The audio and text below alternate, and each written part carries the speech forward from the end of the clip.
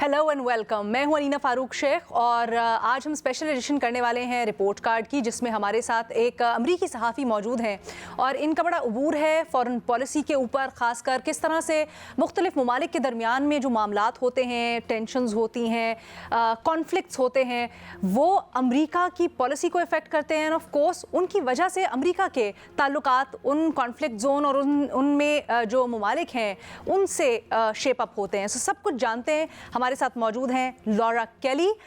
She is a foreign policy expert. She reports on foreign policy for the hill and she specializes in conflict zones. Thank you so much for joining us, Laura. So since you've worked a lot in conflict zones, let's start with the biggest elephant in the room, that's Pakistan-India escalations. So how do you view the recent tensions between Pakistan and India, and where do you think US stands, and especially when we know that Donald Trump and his administration has keenly and specially taken credit for it? Yes, well, the Trump administration did demonstrate that they took an active role.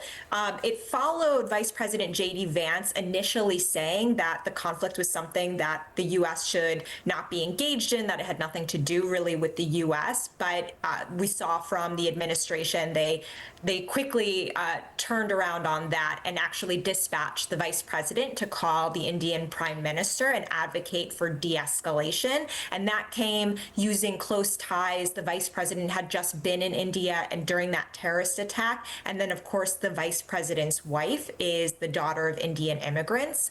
And we also saw Secretary of State Marco Rubio play an active role, and his engagement was bolstered by his dual title of National Security Advisor. But the Trump administration did not reveal much about what the conversations were like with Indian and Pakistani counterparts, but the high-level engagement on all sides signaled the White House was making this a priority. So how do you think, is that going to be a priority in the coming days as well, or do you think that's becoming irrelevant as we go on?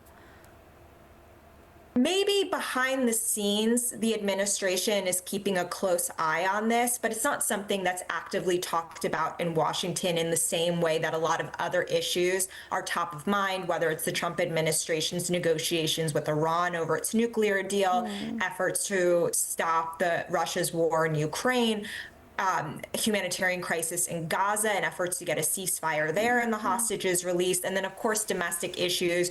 Washington is consumed by the effort to pass Trump's one big, beautiful bill on Capitol Hill that's really running into some problems. And not to mention, the administration is also in the courts fighting for its ability to impose these tariffs on countries across the world. So that's very interesting, because they've mentioned Pakistan and India conflict in that appeal as well, right? Yes. So one of the arguments by the administration on why it should retain the power to impose these tariffs is because it's a national security imperative. So the Trump administration has made the argument that, well, President Trump has said this, that his threatening of steep tariffs or his offer of increased trade helped resolve this conflict between India and Pakistan, allowed for a ceasefire to take place. And so they use that argument in their court filings to show that trade is a national security issue that falls under the purview of the president, whereas the counter argument to that is that trade falls under Congress, and only Congress should have the authority to impose tariffs and things like this. So whether the administration really is viewing or using trade as a national security bargaining chip is not entirely clear, but they are making that argument. Okay. Laura, do you think the recent clashes have redefined this Pakistan-states relationship in some way or the other? It remains to be seen, but I think it is a really interesting signal that Pakistan came out and acknowledged the Trump administration's role in kind of de-escalating the crisis, where you've seen on the other side, India has downplayed or said that the U.S. really didn't play that big of a role. You know, India has claimed that they have proofs for the Pahalgam attack and its perpetrators, but they haven't presented any proof. What do you think is the reason behind their reluctance or delay? I really can't comment on India's government and India's internal affairs, but I will say that it is it is a issue on Capitol Hill. We had the ranking member of the Senate Foreign Relations Committee put out a statement that she wants to see the perpetrators of the terrorist attack held accountable, and wants to see some of this information maybe come to light. So, you know, the tariffs and trade diplomacy that Trump admin has been talking about, do you think that can serve as a long-term solution to ease tensions between Pakistan and India? Again, it's hard to say. I would imagine that this level of tension and this level of conflict, of course, going over decades, generations, it's not something that is probably easily resolved by economic issues. We see that this is not really helping resolve Israel's war in Gaza, Israel's war against Hamas, and haven't really seen economic policy solve conflict to an extreme example yet. So I think it's probably not a bad thing to try, but I think also discussing historical grievances and finding different ways of atonement in different. Okay. Probably. Okay. So Laura, let me put it this way. You know, Trump has offered to mediate between the two nations. Do you think America can and is in the position to mediate and find a solution? Well, I think the Trump administration has demonstrated that they were willing to put themselves in the middle of it, and they obviously see it as a priority. Whether they have the bandwidth to do it remains to be seen. They're involved in a lot of different negotiations, and those things have not come to fruition yet. But I guess it depends on how America is viewed on your side, on India's side, whether they are a respected broker. But it seemed that America had the most impact on achieving this ceasefire when other countries did not. But how willing do you think the Trump admin is to broker this deal or to mediate between it? Is it a real option, or is it just a political narrative that Trump is just putting out? I think it is a good narrative for Trump to put forward. We've seen him already tout that as a success. But do you think he's serious? Do you think it's a serious offer to mediate? It's really hard to tell with the White House. We don't know until Trump speaks. And when Trump speaks, we take him seriously. So we know that India has been really critical of Trump's involvement in the whole fiasco. And then, there have been statements where they've actively criticized Trump and the U.S. government. How do you think the U.S. can, under Trump or otherwise, play a constructive role in resolving the conflict? I think probably a lot of back channel diplomacy, quiet diplomacy, talking over the phone and not really revealing so much about what is said, so that each side can speak to their respective audiences about what they're taking away from those conversations and showing a victory on their side. Okay. So, India has reiterated that it's going to take they can go for a misadventure, take action again against Pakistan, right? How is the U.S. seeing it? Do you think it's very alarming for two nuclear states to collide again? Definitely alarming. President Trump, this is kind of one of the issues that he likes to bring up about how much he hates war, how much he hates death and destruction.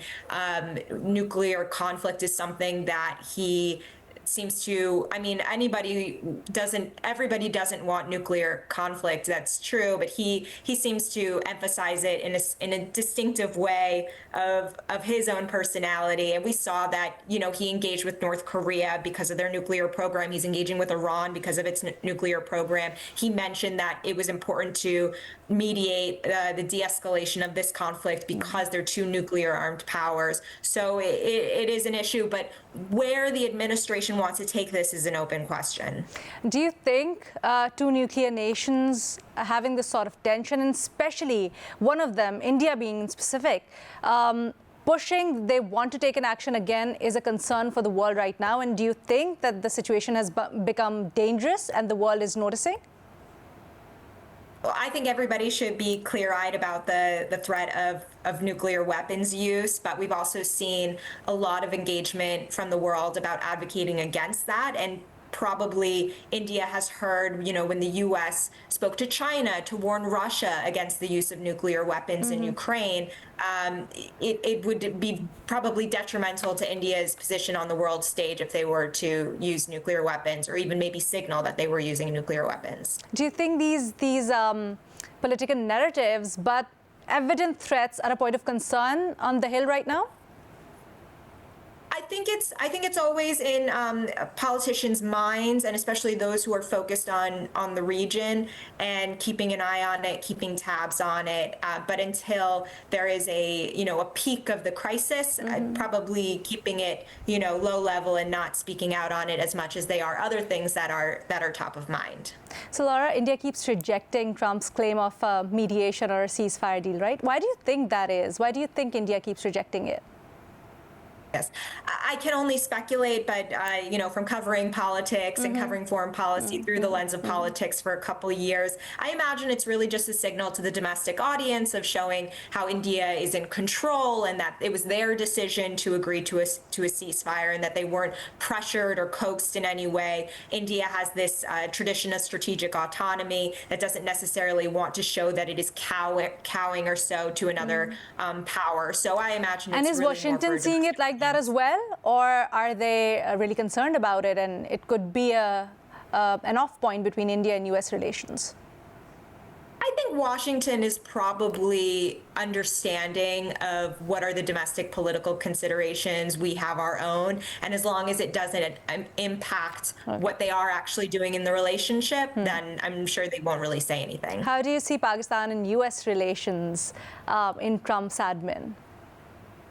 Yeah, I mean, I think it's probably an opportunity for Pakistan to make some inroads. I think that there's not really a lot of ties between the U.S. and Pakistan at the moment, other than maybe some security ties, and those might be waning. So the Pakistani delegation coming this week, I think it will be really important for them to hear what they can offer Trump. A lot of is what countries can offer Trump. We saw that Oval Office meeting with the South African president, and he kind of joked, "I wish I had a plane to give you," and Trump said, "I would take it." So it's really about, in this day and age, what can countries offer the U.S. that makes them an attractive partner. Okay. Thank you so much, Laura, for joining us today. That's from this special edition of the Report Card. We'll see you tomorrow. Allah Hafiz.